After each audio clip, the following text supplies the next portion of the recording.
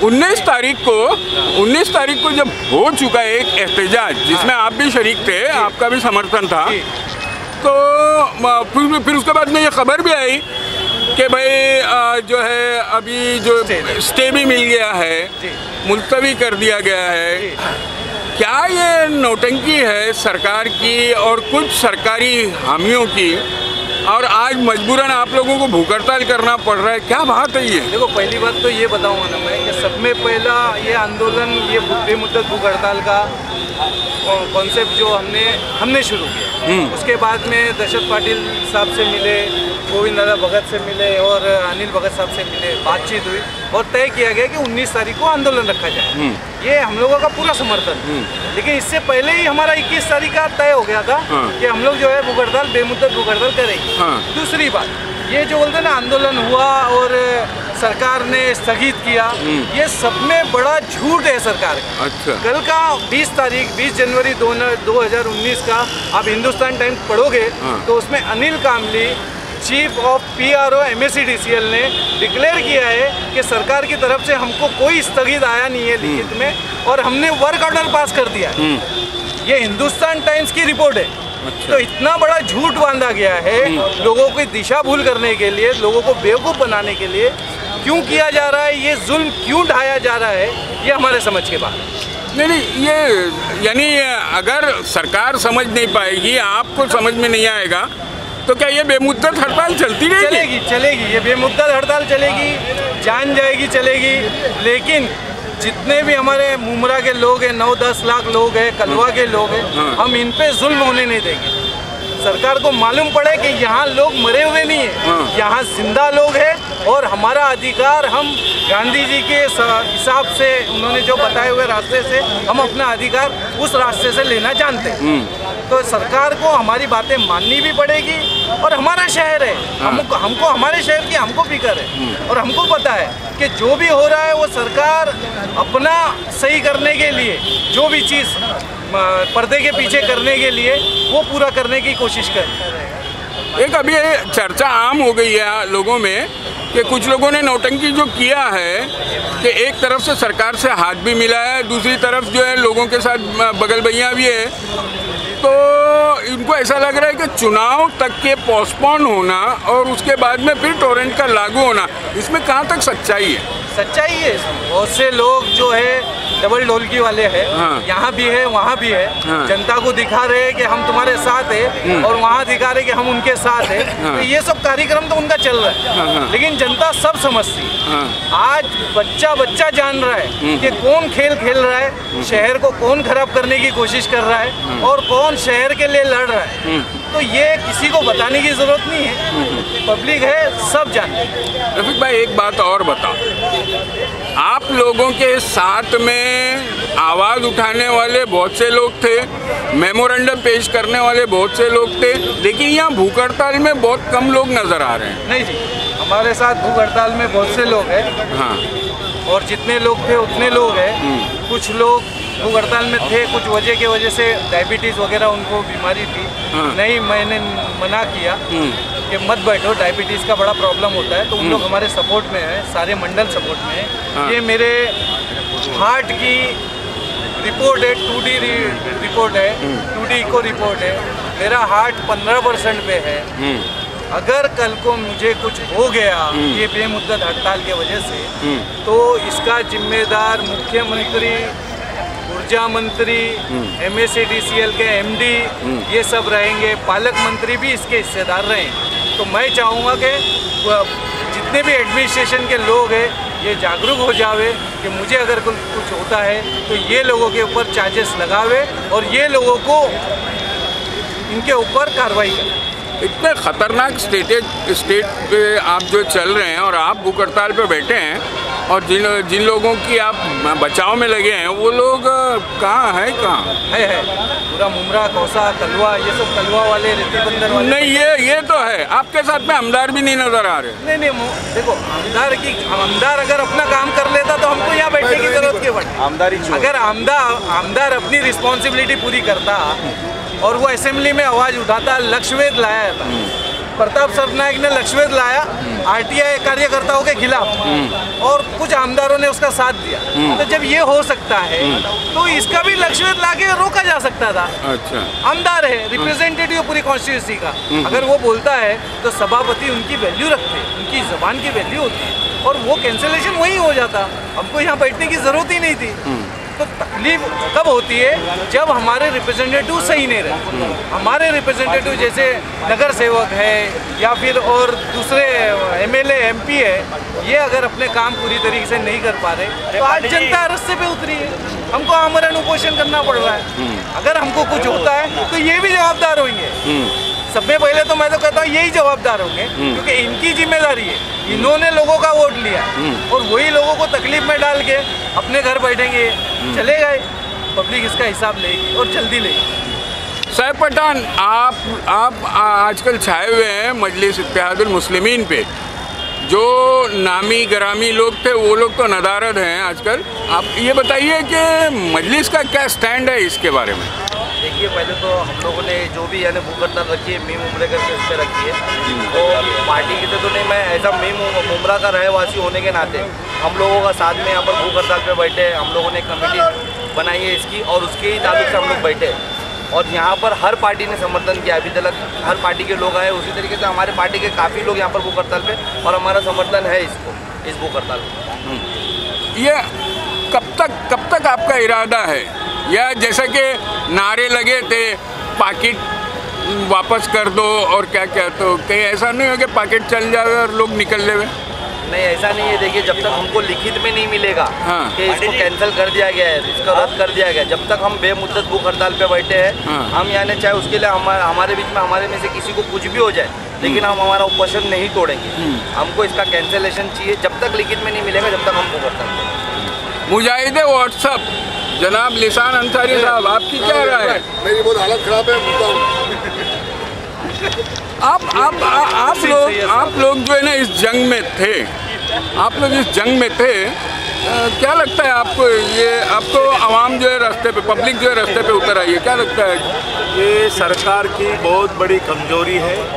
लोग भिवंडी में इस टोरंटो के कारण 600 लोग अंदर गए, उनका निजीकरण होने के बाद हमारा एमएसएमई का 130 लोग मर चुके हैं और 9 लोगों को सजा हो गई है। इतना बदमाश टोरंटो हमारा मुमरावासी, कलवावासी, दीवावासी, दहसरवासी पे डाल रहे हैं, उसका हम लोगों ने निषेध किया। मोर्चा में जब हम लोग साथ में गए, ये मीम उमरेकर, आयुष, अग्रिवक प्रतिष्ठान, इन लोगों ने ये आंदोलन चलाया है। हम लोगों ने दशरथ दादा को देसाई में जो मीटिंग हो गया हमारा आवाम का, उसमें उनको वहाँ अध्यक्षता बनाया था, तो उनको ही अध्यक्षता में मोर्चा लेके गया, उसको हम लोगों ने आगे बढ़ाया। उधर जो भाषा हो गया कि फलाना ढमका हम लोगों को अध्यक्षता दिया, वो झूठ है। मीम उमरेकर, आयुष और अग्री समाज प्रतिष्ठान, इन लोगों ने उन्हें अध्यक्षता दिया और उन्होंने उनके तरफ से ये अध्यक्षता की और हम लोग मोर्चा लेके गए। मोर्चा से ये काम होना मांगता था, ये हुआ नहीं, ये गलत हो गया। हम सरकार का वहाँ भी निषेध किया। अगर हम लोग चाहते हैं, अगर इस आमरण अनशन में अगर किसी का बच्चे जो बच्चे लोग बैठे हैं उनका कुछ होता है तो उसका जिम्मेदार ये हमारे यहाँ के एमएलए, यहाँ के एमपी, यहाँ के नगर सेवक और सरकार में बैठे हुए सब लोग रहेंगे, क्योंकि ये पॉलिसी डिसीजन था। पॉलिसी डिसीजन होते हुए ये तुम्हारा संसद विधान भवन में, विधान परिषद में इन पे वोटिंग होता है। जब भी इन लोगों ने ये वहाँ ही रोकना मांगता था, इन लोगों में भिवंडी में जो अत्याचार हो गया वो आप लोगों को सबको मालूम है। और यहाँ जो भी कुछ पाकिट मारी हो रही है, जिसको पाकिट मिलेगा, जो पाकिट मारेगा वो चला जाएगा। लेकिन हम लोग आयुष, अग्री समाज प्रतिष्ठान और हमारे मीम उमरेकर, हम लोग हटने वाले नहीं, हम किसके लालच में आने वाले नहीं और हम लोग आखिरी तक लड़ेंगे। जब तक टोरंटो हटता नहीं तब तक हम लड़ते रहेंगे। टोरंटो हटा दो, हटा दो, हटा दो, टोरंटो हटा दो, हटा दो, हटा दो, टोरंटो रद्द झालंच पाहिजे, टोरंटो रद्द झालंच पाहिजे। सर आपके नेतृत्व में जो एक भव्य अभी मार्च निकला कलेक्ट्रेट तक और एक दबाव बना सरकार पे, जिसके बाद में नतीजा निकला कि पोस्टपोन कर दिया गया। आज क्यों मजबूर हो गए हैं मुंबईकर लोग यहाँ पर भूख हड़ताल करने? इसका कारण स्टे किसी तरह से लिया गया नहीं, केवल स्टेटमेंट गार्डन मिनिस्ट्री का है। अगर स्टे होता तो व्हाट्सएप पे भी पेपर दिखाता तो भी हम समझ सकता था, लेकिन उनके स्टे पे हमारा भरोसा क्यों नहीं? इसका कारण रेती बंदर पे रेवेन्यू मिनिस्टर ने स्टे दिया था, चीफ मिनिस्टर ने स्टे दिया था और स्टे परस्पर ऐसा उठा दिया। इसका मतलब स्टे से हमारा कारोबार नहीं चलेगा।